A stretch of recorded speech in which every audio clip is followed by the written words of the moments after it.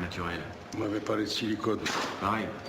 Tatiana, des fesses dures comme du bois. Approche un peu la lumière. Un cul, mais... Oh, un cul fabrication maison. Karine était plus classique. Et Sonia était la plus belle. Quand je pense que tout cet investissement... Pas vrai, Yuri? Couche avec moi, ça va t'épanouir. Tu parles d'une éclate. C'est un amour. Et tout ça pour 45% de mes cachets. Moi, je lui ai parlé. Hier. À quelle heure? Vers midi. Et qu'est-ce que vous vous êtes dit? Rien de spécial, j'avais besoin de papier. Il avait peur de quoi? Bah, du bisutage, évidemment. Est-ce que des internes des autres dortoirs venaient lui rendre visite? J'en ai vu qu'un, toujours le même. Un taupin. Un mec de maths sup. Enfin, ils avaient l'air de se connaître parce que c'était le seul à qui il ouvrait sans problème. Xavier Lambert. C'est ça. Tout l'univers connaît les fureurs de Médée. Chaque jour, chaque instant m'en retrace une idée.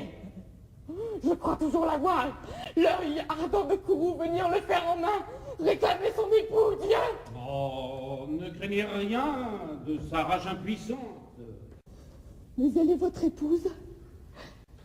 Elle est abandonnée. Depuis que j'ai rompu ce fatal hyménée dans des déserts lointains, elle a porté ses pas. Et peut-être le ciel par un juste trépas a mis fin à sa destinée. Vous connaissez son art. Quoique loin de ces lieux, un seul jour, un moment peut l'offrir à nos yeux. Les éléments, l'enfer sont soumis à ses charmes.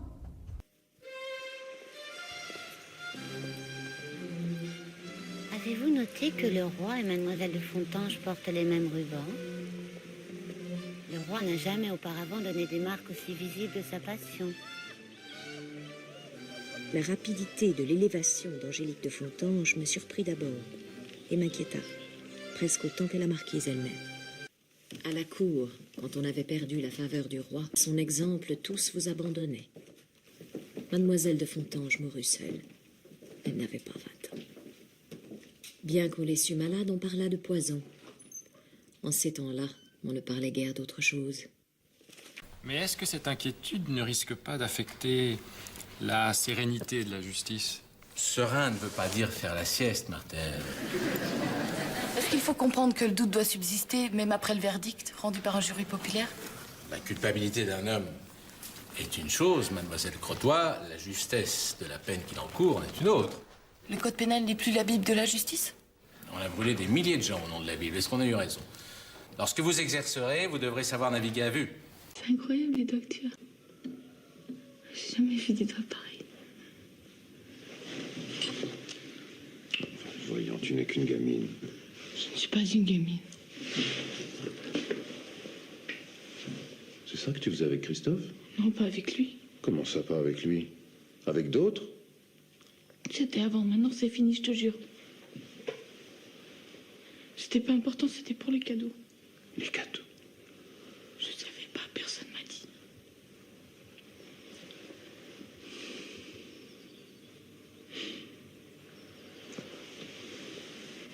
Pauvre belette.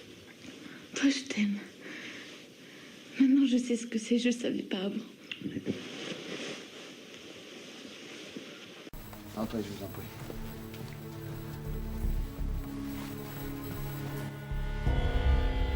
Qui est cette fille? Patricia Orsini. Je crois qu'elle a des choses à nous dire. Patricia Orsini. C'est pas possible. Qu'est-ce qu'il y a? Qu'est-ce qui se passe?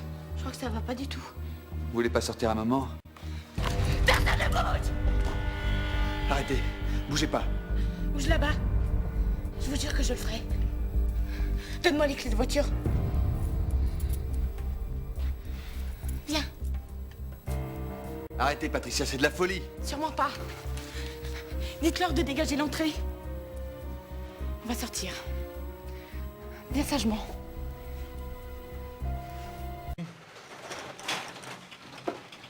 Mais qu'est-ce que tu fais là-dedans? C'est pas toi qu'on opère demain matin? Si, mais aujourd'hui, je suis pas encore malade. T'as pas l'air de malade, t'as l'air d'un garçon de café avec ton nœud papillon. Bonjour madame. Je te préviens, il faudra l'enlever pour l'opération. C'est mon infirmière. Elle s'appelle Leïla. Bonjour, Léla. Bonjour monsieur. Je peux vous demander de laisser la place, j'ai besoin de prendre du soin à madame Willem. Bien sûr. Tu peux laisser le fauteuil à ta mère?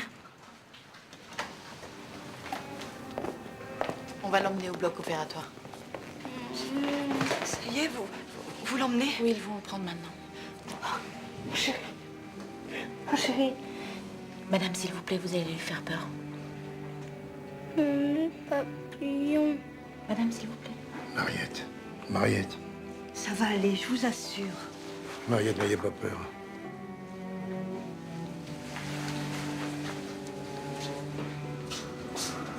Je suis descendu acheter des cigarettes, les événements sont un peu précipités, là, et puis ça m'est sorti de la tête, en fait. Tu ligotes une fille sur ton lit et ça te sort de la tête, mais quel genre de gros con t'es? Vraiment, mais calme-toi. Je suis vraiment navré. Ah, j'espère que t'es navrée. Ça fait 8 heures que je suis là, sur ton lit. Et vous, arrêtez de me mater. Je regarde parce que vous êtes jolie. Je suppose que tu t'en fous, mais à cause de toi, je me retrouve sans boulot. Mais non, pourquoi? Tu m'as dit que c'était ton soir de congé. Vous voulez pas rester? Non, mais... Mais vous êtes immondes, tous les deux. Non, attends, 2 secondes, là. Attends. Pas comme ça, je vois pas pourquoi qui que ce soit serait au courant. Tu vois pas pourquoi? Moi, je vais t'expliquer pourquoi. Parce que tout à l'heure, quand j'étais attachée sur ton lit, une femme de chambre qui s'appelle Clotilde est entrée, qu'elle a rangé le dessus de lit sans me dire un mot, et qu'avant de sortir, elle a déposé 2 petits chocolats sur l'oreiller. Voilà pourquoi. Salut. Par contre, j'ai une autre invitation. Lieutenant Bonenfant, tu connais? Rien que ça? Mais il est craquant. Ah, c'est du beau gibier, Yolande.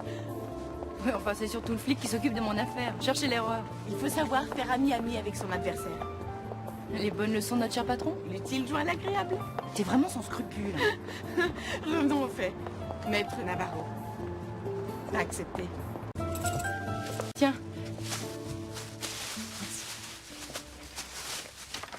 Et il est comment, ce client? Oh, paumé. Paumé et touchant. C'est curieux, lui aussi, il a une mère qui a disparu. Tiens, donne. Merci. Et quand est-ce que tu penses obtenir sa libération? Demain? Je suis passé au commissariat du 15e et avec ce que j'ai trouvé, il est libre. Ça s'est passé où, cette histoire? Je crois que c'était chez lui. Il est tombé dans les escaliers. Tout ça. Ah bon, moi je croyais que c'était ici. Antoine Martineau, le prof de philo le plus salaud, le plus vicieux, le plus pourri de France. Pour lui, j'étais rien du tout. J'étais pas un élève, j'étais pas un être humain. J'étais même pas un numéro. T'as raison, c'est un homme solide. Au revoir, mademoiselle Coulon. Alors, je suis livré à des petits tableaux comparatifs. Comme d'habitude, il y a les professeurs qui notent large. N'est-ce pas, monsieur Chauvin? N'est-ce pas, mademoiselle Coulon? Et ma foi, il y en a qui sont un peu plus sévères, n'est-ce pas, monsieur Martineau? Je vous demande pardon. Je vous taquine, mais vous me permettrez de constater que chez vous, très peu d'élèves atteignent la moyenne. S'ils ne l'atteignent pas, c'est qu'ils ne la méritent pas.